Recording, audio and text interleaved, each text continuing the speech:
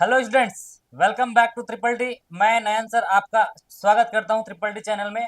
और आज हम देखने वाले हैं अपना एमएससी थर्ड सेमेस्टर की टॉपिक, जिसका पेपर का नाम है केमिस्ट्री ऑफ बायोमोलिक्यूल्स, जो कि आपको ये पंडित रविशंकर शुक्ला यूनिवर्सिटी के सिलेबस में देखने को मिलेगा और ये दुर्ग विश्वविद्यालय के सिलेबस में आपको इस चैप्टर को देखने को मिलेगा। ये पेपर नंबर 2 का आपका यूनिट थर्ड का सिलेबस है। तो चलिए शुरुआत करते हैं इस टॉपिक को। तो हम जो देखने वाले हैं यूनिट थर्ड का पार्ट ए, यानी कि जो आपका एंजाइम्स है, इसमें पढ़ेंगे nomenclature and classification of enzyme. उसमें उसके बाद उसका मैकेनिज्म है इंड्यूस फीड हाइपोथेसिस। तो आज मैं इस लेक्चर में आपको बताने वाला हूँ ये आपका पहला part, nomenclature and classification of enzyme. तो चलिए शुरुआत करते हैं बेसिक से, इंट्रोडक्शन ऑफ एंजाइम। क्या होता है एंजाइम? जनरली आप सभी लोग जानते हैं कि जब कभी भी हम लैब में रिएक्शन परफॉर्म करते हैं, चाहे वो हाइड्रोलिसिस रिएक्शन हो या कार्बोनिलेशन रिएक्शन हो, कोई भी रिएक्शन हो, उसमें हमको कुछ ना कुछ एनर्जीज का, टेम्परेचर का या कुछ ना कुछ ऐसे कैटलिस्ट की जरूरत पड़ती है परफॉर्म करने के लिए। तो अगर हम बात करते हैं एंजाइम्स क्या है, ठीक है, तो जब कभी भी हमको ये देखने को मिलता है हमारे जो बॉडी में बहुत सारे सेल्स हैं, तो वो सेल्स क्या करते हैं, वर्क परफॉर्म करते हैं, ठीक है, कौन अलग अलग फंक्शन परफॉर्म करते हैं। तो उन सारे फंक्शन को परफॉर्म करने के लिए जो अच्छे से स्मूथ वर्क करने के लिए जिस चीज की जरूरत पड़ती है वो है आपका एंजाइम्स। तो एंजाइम्स आर बायोलॉजिकल कैटलिस्ट। इसको क्या बोलते हैं? Enzymes are biological catalyst. जैसे कि आपको यहाँ पे डायग्राम दिख रहा है, ये डायग्राम क्या बताता है, चलो इसको देखते हैं। एक कंपाउंड है, ठीक है, कंपाउंड ए कन्वर्ट हो रहा है आपके कंपाउंड बी में। तो एक रिएक्शन हुआ, कुछ ऐसा रिएक्शन हुआ जिससे कंपाउंड ए कहाँ पे क्या कन्वर्ट हो रहा है, कंपाउंड ए से बी। उसके बाद ये कंपाउंड फिर से कंपाउंड सी में कन्वर्ट हो रहा है, यानी कि आपको कुछ ना कुछ रिएक्शंस देखने को मिलेगा। पहला आपका यहाँ रिएक्शन हुआ, फिर कुछ दूसरा रिएक्शन हुआ, फिर एक कंपाउंड सी कन्वर्ट हो रहा है कंपाउंड डी में। ये सारी चीज हमारे बॉडी के अंदर चल रही है, यानी कि सेल्स में ये आपका जो रिएक्शन होता है। फिर रिएक्शन 2 से रिएक्शन 3, यानी कि आपका जो कंपाउंड सी है that is converted to compound D. And the last आपका जो कंपाउंड डी है वो आपका जो आपके ऑर्गेनिज्म को नीड है, जो एनर्जी या जो कंपाउंड आपके ऑर्गेनिज्म को नीड है, उसमें ये कन्वर्ट हो रहा है। यानी कि ये क्या कर रहा है, आपका टोटली एक प्रोडक्ट में कन्वर्ट हो रहा है।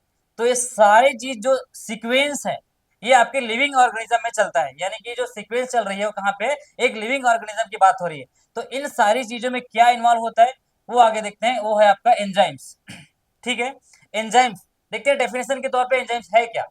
Enzymes are the biocatalyst. Enzymes are the biocatalyst of proteinaceous nature. हम एंजाइम के जब हम एंजाइम को डेफिनेशन के तौर पे देखते हैं तो आपको पता चलता है कि एंजाइम किससे मिलकर बना होता है, प्रोटीन से मिलकर बना होता है। Enzymes are proteins which accelerate the rate of biochemical reaction, यानी कि ये रेट ऑफ रिएक्शन क्या करता है, इनहेंस कर देता है, बढ़ा देता है। But does not affect the nature of final product. लेकिन जब प्रोडक्ट तैयार होता है तो उसके नेचर को कोई इफेक्ट नहीं होता। यानी कि अगर हम बात करते हैं एंजाइम्स का, तो एंजाइम जो है वापस से रिएक्शन के लास्ट में जब प्रोडक्ट फॉर्म होता है तो फिर से क्या हो जाता है, वो रिफॉर्म हो जाता है, यानी कि रीजनरेट हो जाता है। तो एक सबसे पहला एक एंजाइम है जिसको बोलते हैं जाइमेज एंजाइम। ठीक है, ये जाइमेज एंजाइम को एक साइंटिस्ट था एडवर्ड बुचनर, जिन्होंने 1907 में क्या किया था, एक्सट्रैक्ट किया था जाइमेज। कहाँ से? ईस्ट सेल से। ये जो ईस्ट सेल है, यहाँ से एक जाइमेज एंजाइम को क्या किया था उन्होंने, तैयार किया था। सबसे पहला एंजाइम जो जिसको इसमें रिएक्शन पे यूज करते हैं। ठीक है, फिर कुछ प्रॉपर्टीज है एंजाइम्स का, क्या क्या खासियत है, क्या क्या प्रॉपर्टीज है वो देखते हैं। Each chemical reaction in a living system is controlled by a catalyst called an enzyme. जैसे कि अभी आपको मैं बताया, बहुत सारे केमिकल रिएक्शंस होते हैं, उसको कंट्रोल करना होता है। कभी कभी रेट को बढ़ाना होता है, कभी कभी रेट को कम करना होता है। तो उन सारे जगह हम क्या यूज करते हैं, एंजाइम्स यूज करते हैं। Enzyme is a molecule that increase the rate of reaction. अभी आपको मैं एनर्जी प्रोफाइल डायग्राम दिखाऊंगा, तो उसमें देखेंगे कैसे वो रिएक्शन, रेट ऑफ रिएक्शन को कम करता है, यानी सॉरी, जो एक्टिवेशन एनर्जी को कम करता है और रेट ऑफ रिएक्शन को बढ़ाता है, of reaction without itself undergoing a permanent change. Permanent change यानी कि अपने अपने स्ट्रक्चर में कोई चेंजेस नहीं करेगा या अपने फंक्शन में कोई चेंज नहीं करेगा, लेकिन वो प्रोडक्ट को क्या करेगा, फॉर्म करेगा। Life in its present form is not possible without enzyme. Enzyme के बिना आपके हमारे बॉडी का, हमारे सेल्स का या किसी भी लिविंग ऑर्गेनिज्म का सेल्स का जो भी फंक्शन है वो क्या नहीं होगा, प्रॉपर फंक्शन नहीं करेगा। इसलिए आपको एंजाइम, या कि हमारे बॉडी में एंजाइम की बहुत नीड होती है। नेक्स्ट है most enzymes are proteins, enzymes are relatively large molecule. जैसे कि सबसे पहले स्लाइड में देखा था बहुत सारा एक रिबन टाइप स्ट्रक्चर दिखाया था मैं, ये है आपका एंजाइम्स का। मैं थोड़ा सा आपको प्रीवियस स्लाइड में लेके जाता हूँ। ये ये आपका कुछ एंजाइम्स का स्ट्रक्चर दिख रहा है, इस टाइप के लार्ज स्ट्रक्चर होते हैं आपका जो एंजाइम्स होते हैं, ठीक है। ये ये पूरा आपका क्या है, एंजाइम स्ट्रक्चर है। तो अलग अलग एंजाइम्स होते हैं अलग अलग फंक्शन को परफॉर्म करने के लिए। तो चलिए देखते हैं, और हम एंजाइम के बारे में थोड़ा सा प्रॉपर्टी डिस्कस कर रहे थे।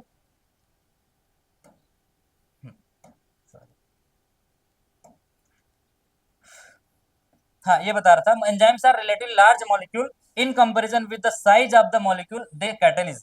अब वो कौन से सबस्ट्रेट में काम कर रहा है, कौन से मॉलिक्यूल्स पे वो काम कर रहा है, उसके हिसाब से एंजाइम्स का हम देखते हैं, आगे चलते हैं। तो ये जो मैं बता रहा था रिएक्शन प्रोफाइल, एक्चुअली में एंजाइम करता क्या है हमारे बॉडी में। जब कोई रिएक्शन प्रोसीड होता है, ठीक है, कोई रिएक्शन प्रोसीड होता है, तो दो टाइप्स के आपको एक्टिवेशन एनर्जी देखने को मिल रहा है। एक आपका जो ये पर्पल कलर की लाइंस है, ठीक है, ये है आपका विथ एंजाइम, और एक दूसरा जो आपका ये ब्लू ग्रीन कलर का दिख रहा है वो क्या है, विदाउट एंजाइम। यानी कि अगर किसी रिएक्शंस को हम परफॉर्म कर रहे हैं उसमें एंजाइम नहीं डाल रहे हैं या एंजाइम से कैटलिस्ट नहीं कर रहे हैं, तो उसकी एक्टिवेशन एनर्जी ज्यादा है, यानी कि उसको ज्यादा एनर्जी लग रहा है उस रिएक्शन को परफॉर्म करने के लिए। लेकिन अगर हम इसी पे अगर एंजाइम डाल दें, एंजाइम यानी कि एक कैटलिस्ट डाल दें, तो वो उसी रिएक्शन को क्या करेगा, लोअर एक्टिवेशन यानी कि बहुत कम समय में और बहुत जल्दी वो क्या करेगा, उस रिएक्शन को परफॉर्म करेगा। तो ये होता है आपका एंजाइम्स का काम, जो कि एक्टिवेशन एनर्जी को बहुत क्या कर देता है, कम कर देता है, और इस मॉलिक्यूल को, पर्टिकुलर मॉलिक्यूल्स को जो रिएक्शन कर रहे हैं उसको एक लो बैरियर प्रोवाइड करता है, और इस वजह से जो एंजाइम होता है वो आपके रिएक्शंस को बहुत फास्ट या बहुत स्मूथली प्रोसीड कराता है। तो इस एंजाइम्स पार्ट में जब हम एंजाइम्स का चैप्टर पढ़ते हैं, इसमें कुछ आपको टर्मिनोलॉजी देखने को मिलेगा, एक क्या क्या हम इसमें टर्म्स देखेंगे। तो मैं सबसे पहले बता रहा हूं आपको कोफैक्टर्स। कोफैक्टर्स क्या होते हैं? कोफैक्टर्स जो है नॉन प्रोटीन पार्ट होता है आपका एंजाइम का, नेसेसरी फॉर कैटालिटिक फंक्शन। तो अगर आपको पूछें व्हाट इज कोफैक्टर, तो ये बताना कि ये प्रोटीन का नॉन सॉरी ये एंजाइम का नॉन प्रोटीन पार्ट होता है। फिर नेक्स्ट है कोएंजाइम। कोएंजाइम क्या है? Organic molecules frequently B vitamin B that act as a cofactor. यानी कि आपका जो कोएंजाइम है एक कोफैक्टर की तरह वर्क करता है, जो कि आपका क्या है, नॉन प्रोटीन पार्ट है। फिर नेक्स्ट है एक्टिव साइट, ये आपको देखने को मिलेगा जब मैं एंजाइम का मोड ऑफ एक्शन पढ़ाऊंगा, जब एंजाइम के मॉडल्स पढ़ाएंगे, तो ये एक्टिव साइट, ये सबस्ट्रेट, ये आपको देखने को मिलेगा। तो इसलिए आपको थोड़ा सा इसमें डेफिनेशन के तौर पे इसको बता रहा हूँ, what is active site. Active site क्या होता है? A three dimensional cavity of enzyme with specific chemical property. आपका जो एंजाइम की कैविटी है, यानी कि अगर कोई एंजाइम है सपोज ये, तो इस एंजाइम की कैविटी साइट जहां पे सबस्ट्रेट जाके बाइंड होगा उसको क्या बोलते हैं, उसका active site. And then activation. Activation क्या है? ए प्रोसेस है, activation is a process that increases the action of an enzyme. जैसे कि अभी जस्ट प्रीवियस स्लाइड में आपको बताया था कुछ उसके एक्टिवेशन एनर्जी का, तो वो है आपका एक्टिवेशन, एक प्रोसेस है जो क्या करता है आपका एंजाइम एक्शन को क्या करता है, इंक्रीज करता है। फिर लास्ट है इनिबिशन। इनिबिशन, जैसे कि हमको पता है कि एंजाइम क्या करता है, रेट ऑफ रिएक्शन को बढ़ाता है, लेकिन वैसी एक प्रोसेस है इनिबिशन या इनिबिटर जिसको बोलते हैं, वो क्या करता है, एंजाइम की एक्टिविटी को कम करता है। किसी किसी रिएक्शन में हमको क्या होता है कि एंजाइम की एक्टिविटी ज्यादा हो रही है, तो उस एक्टिविटी को हमको कम करना होता है, तब हम क्या करते हैं, इनहिबिटर या इनहिबिटर यूज करते हैं, उस प्रोसेस को बोलते हैं इनहिबिशन। ठीक है। फिर लास्ट एक आपको नीचे में दिख रहा है, the molecule that the enzyme act upon its called substrate. ये होता है एंजाइम में दो रिएक्शन जब हम पढ़ते हैं, तो एक होता है एंजाइम और दूसरा होता है सबस्ट्रेट, जिसको ए से डिनोट करते हैं। तो जिस भी कंपाउंड पे या जिस मॉलिक्यूल पे एंजाइम वर्क करता है उसको बोलते हैं सबस्ट्रेट। जैसे कि ये एक आपको पिक्टोरियल डायग्राम दिख रहा है, ये आपका एंजाइम है, ठीक है। इस एंजाइम का एक्टिव साइट है जहां से वो बाइंड होता है, और इस क्या बाइंड हुआ है, यहाँ पे देखो एक सबस्ट्रेट बाइंड हुआ है। सबस्ट्रेट यानी कि वो जिस एंजाइम पे जिस सॉरी जो एंजाइम जिस सबस्ट्रेट में काम करता है और उसको प्रोडक्ट फॉर्म करेगा, वो आपका क्या कहलाता है, सबस्ट्रेट। तो ये आपका अलग अलग एमिनो एसिड है, ठीक है। जैसे कि आपको बता दिया कि एंजाइम जो है प्रोटीन पार्ट है, प्रोटीन से बना होता है, और प्रोटीन किससे मिलकर बना होता है, प्रोटीन अमीनो एसिड से मिलकर बना होता है। तो इस तरीके से आपका जो एंजाइम का स्ट्रक्चर है, एंजाइम के स्ट्रक्चर और फंक्शन में सब देखने को आपको मिलेगा। कुछ और कैरेक्टरिस्टिक देखते हैं एंजाइम का। तो सबसे पहला कैरेक्टरिस्टिक देखते हैं हम। A, enzymes are mostly globular protein. Exam में आपको पूछता है एंजाइम्स क्या है, प्रोटीन है नॉन प्रोटीन है, तो आपको ध्यान देना है एंजाइम्स आर ग्लोबुलर प्रोटीन होते हैं, प्रोटीन पार्ट होते हैं। दूसरा है they are extremely effective catalyst speeding up the reaction. एकदम मोस्ट इसका प्रॉपर्टी हो क्या करता है, रेट को स्पीड करता है, form a billion to 10 to the power 20 times, यानी कि उसको 10 टू द पावर 20 टाइम क्या करता है, बढ़ा देता है। इतना फास्ट रिएक्शन होता है हमारे बॉडी में एंजाइम से। Time that of an uncatalysed reaction, अगर किसी रिएक्शन में कैटलाइज नहीं डला है, सॉरी एंजाइम नहीं डला है और कैटलिसिस नहीं कैटलिस्ट नहीं हो रहा है, तो लेकिन अगर हम उसमें एंजाइम डाल दें तो वो रिएक्शन देखो यहाँ पे कितना गुना ज्यादा बढ़ जाता है। तो ये खासियत होती है एंजाइमेटिक रिएक्शन का। नेक्स्ट है they are very specific for specific molecule. अब देखो हमारे बॉडी में बहुत सारे एंजाइम्स हैं, साइटोक्रोम सी या जैसे कि हीमोग्लोबिन है, मायोग्लोबिन, सारे भी जो आयरन कैटलिस्ट आयरन जिस एंजाइम में आयरन प्रेजेंट होता है, कॉपर प्रेजेंट होता है, प्लास्टोसाइन, ये सब सारे जो भी जितने भी एंजाइम है वो अलग अलग मॉलिक्यूल्स के लिए अलग अलग डिजाइन किए गए हैं। जैसे कि डाइजेस्टिव एंजाइम की मैं बात करूं तो उसमें पेप्सिन है, या हमारे स्टमक में जो एंजाइम है वो दूसरे जगह काम नहीं करेंगे, वो जहाँ पे है वो उस मॉलिक्यूल के लिए डिजाइन जो भी डिजाइन हुआ है वो अलग अलग काम के लिए अलग अलग जो डिजाइन है तो स्पेसिफिक होते हैं, जिस काम के लिए उसका एंजाइमेटिक रिएक्शन शो करना है वो उसी काम के लिए शो करेगा। ठीक है, तो ये तीन प्रॉपर्टीज हैं मोस्टली एंजाइम्स का कि कहाँ पे ये वर्क करता है। तो ये हो गया आपका आपका जितने भी एंजाइम्स के इंट्रोडक्शन के बारे में। अब दूसरा पार्ट देखते हैं एंजाइम का नॉमेनक्लेचर, कि कैसे हम उसका एंजाइम का नामकरण, जिसको हिंदी में बोलते हैं नामकरण, यानी कि नॉमेनक्लेचर कैसे कर सकते हैं। ठीक है, तो जब हम बात करते हैं एंजाइम के नॉमेनक्लेचर का, तो इसमें क्या होता है, हम जनरली जब पुराने जमाने में जब इसमें एंजाइम का नॉमेनक्लेचर देखते थे, तो इसमें होता है कि जो जिस वर्क को परफॉर्म करता है, जैसे कि हम हमारे डेली लाइफ में नॉमेनक्लेचर कैसे करते हैं, जो जैसे कि लोहार है या लोहे का काम करता है तो उसको लोहार बोल देते हैं, जो सोने का काम करता है उसको सोनार बोल देते हैं। उसी तरीके से जो एंजाइम जिस वर्क को परफॉर्म करता है उसके अकॉर्डिंग उसका जो नॉमेनक्लेचर उसको दे देते हैं। तो यहाँ पे एक आपको नाम दिख रहा होगा, ये लैक्टेट डिहाइड्रोजिनेस, ये एंजाइम का नाम है लैक्टेट डिहाइड्रोजिनेस। ये क्या करता है, speeds the removal of hydrogen from lactate, यानी कि एक लैक्टेट मॉलिक्यूल है जो भी है, इससे हाइड्रोजन को क्या करने का, निकालने का काम कर रहा है, तो इस वजह से इसका नाम क्या रख दिया, लैक्टेट डिहाइड्रोजिनेस। ठीक है, वैसे ऑक्सीडेशन रिडक्शन में अगर कोई एंजाइम काम कर रहा है तो उसका नाम रख देते हैं ऑक्सीडो रिडक्टेज। तो देखते चलते हैं उसमें कैसे इसका क्या क्या रूल फॉलो करते हैं या कैसे इसका नॉमेनक्लेचर करते हैं उसके वर्क के अकॉर्डिंग। तो ये देखो दो एंजाइम आपको दिख रहा होगा, एक एल्कोहल डिहाइड्रोजिनेस और दूसरा है राइबोस 5 फास्फेटेज आइसोमेरेज। ये दो एंजाइम का नाम। अब देखते हैं ये एंजाइम का नाम क्यों और कैसे रखा गया है। जैसे एल्कोहल डिहाइड्रोजिनेस, अभी आपको बताया कि ये क्या करता है, एल्कोहल को रिमूव करता है, यानी कि सॉरी इट एल्कोहल को टेक करता है और removal of hydrogen creating a carbonyl group where there once was a hydroxyl, यानी कि जहां पे हाइड्रोक्सिल ग्रुप था वहां पे क्या कर दिया, वो कार्बोनिल ग्रुप को ऐड कर दिया। तो ये क्या कर रहा है, एल्कोहल डिहाइड्रोजिनेस एक एंजाइम है जो हाइड्रोजन को रिमूव कर रहा है। फिर नेक्स्ट दूसरा है राइबोस 5 फास्फेट आइसोमेरेज। ठीक है, ये एंजाइम क्या करता है, आइसोमेरेज है, यानी कि वन आइसोमर से दूसरे आइसोमर में क्या करता है, चेंजेस करता है। An isomerase convert one molecule into another molecule with the same empirical formula. जैसे कि हमको पता है कि आइसोमर क्या है, आइसोमर क्या होता है, फार्मूला आपका सेम रहेगा लेकिन उसका जो स्ट्रक्चर क्या हो जाता है, चेंज हो जाता है, तो वो उसको क्या बोलते हैं, आइसोमर। तो ये अगर जहां पे भी ऐसा कुछ रिएक्शन परफॉर्म हो रहा है जहां पे एक आइसोमर से दूसरे आइसोमर में क्या हो रहा है, चेंजेस हो रहा है, तो उस एंजाइम के नाम पे आइसोमेरेज लग जाएगा।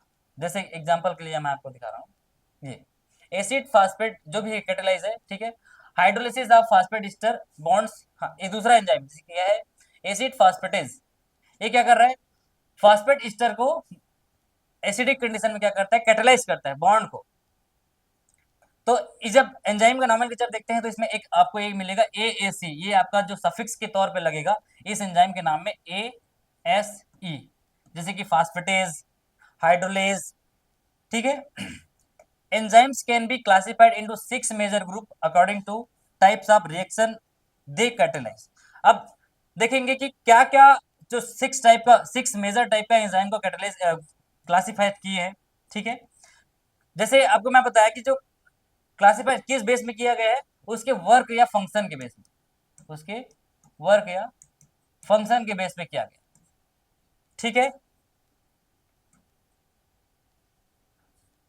हम्म तो ये देखते हैं क्लासिफिकेशन ऑफ एंजाइम। तो सबसे पहला जो क्लासिफाइड है वो है ऑक्सीडो रिडक्टेज। क्या है? Oxido reductase. अब नाम से वो स्पष्ट हो रहा है कि एक ऑक्सीडो रिडक्टेज करेगा क्या। ये क्या करता है? Oxidation and reduction. तो जो कोई भी एंजाइम आपका ऑक्सीडेशन रिडक्शन परफॉर्म करेगा, वो आपका किस में आ जाएगा? ऑक्सीडो रिडक्टेज एंजाइम में आ जाएगा। नेक्स्ट है आपका ट्रांसफेरेज। ट्रांसफेरेज क्या करेगा? Transfer of group of atom such as from molecule to another, यानी कि एक ग्रुप है उसको क्या कर रहा है? दूसरे में ट्रांसफर कर रहा है। ट्रांसफर यानी कि एक जगह से दूसरी जगह लेके जा रहा है, तो वो कहलाता है आपका ट्रांसफेरेज एंजाइम। नेक्स्ट आपका कैटेगरी है हाइड्रोलेज एंजाइम। हाइड्रोलेज क्या करता है? हाइड्रोलिसिस रिएक्शन करेगा। हाइड्रोलिसिस रिएक्शन यानी कि जहां वाटर को क्या करेगा आप, मतलब वाटर एड होगा, उससे क्या होगा? उसका ब्रेक होगा उस बॉन्ड का, तो क्या कहलाएगा? उसका हाइड्रोलिसिस। फिर फोर्थ टाइप का जो कैटेगरी है वो कौन सा कैटेगरी है? लाइजेस एंजाइम। लाइजेस क्या करता है? Addition of two group to a double bond on to the removal of two group from adjacent atom to create a double bond, यानी कि ये जो लाइसेंस एंजाइम क्या करता है आपका? डबल बॉन्ड बनाने का काम करता है लाइसेंस एंजाइम। फिर नेक्स्ट है आपका आइसोमरेज, जो कि आपको मैं पहले बताया हूँ। आइसोमरेज एंजाइम क्या करता है? आइसोमराइजेशन रिएक्शन करता है, यानी कि अगर मान लीजिए डी आइसोमर है, जैसे कि डेक्सट्रोज है, लिवोज जिसको हम बोलते हैं डी फॉर्म या एल फॉर्म, तो इस तरीके के जो डी से एल में जा रहा है, या अगर कोई यहाँ कहीं पे कीटोन ग्रुप है उसको अगर एल्कोहल ग्रुप में कन्वर्ट कर रहा है, यानी कि जस्ट आइसोमर चेंज कर रहा है, तो वो आपका क्या कहलाता है? Isomerase enzyme. फिर लास्ट है आपका लाइगेस टाइप का एंजाइम। वो क्या करता है? ये क्या करता है? दो मॉलिक्यूल को जोड़ता है। लाइगेस यानी कि ज्वाइनिंग। इसका अगर हम मीनिंग देखें तो क्या मतलब होता है इसका? ज्वाइनिंग। तो ये आपका डीएनए रेप्लिकेशन में बहुत काम करता है। ये जो लाइगेज एंजाइम होते हैं वो क्या करते हैं? दो स्ट्रैंड को जोड़ने का काम करता है, या कभी भी आपको ज्वाइनिंग ऑफ टू मॉलिक्यूल्स का रिएक्शन करना है, या उस टाइप के जगह में आपका लाइगेज एंजाइम करता है। तो यहाँ तक कि आपका एंजाइम का इंट्रोडक्शन हो गया, और आपका कुछ जो क्लासिफिकेशन, जो आपको 6 मेजर टाइप के क्लासिफिकेशन मैंने बता दिया। तो स्टूडेंट्स हम नेक्स्ट वीडियो में देखेंगे इसका क्या क्या प्रॉपर एग्जांपल है, जैसे कि ऑक्सीडो रिडक्टेज का क्या एग्जांपल है, ट्रांसफेरेज का क्या एग्जांपल है, कौन सा एंजाइम ट्रांसफेरेज कैटेगरी में आता है, जो कि मैं आपको बेसिक इंट्रोडक्शन बता दिया हूँ, ठीक है। तो आज के लिए इतना ही, मिलते हैं नेक्स्ट वीडियो में जब हम इसका पूरा लेक्चर, पूरा एग्जाम्पल देखेंगे, ठीक है। So thank you guys.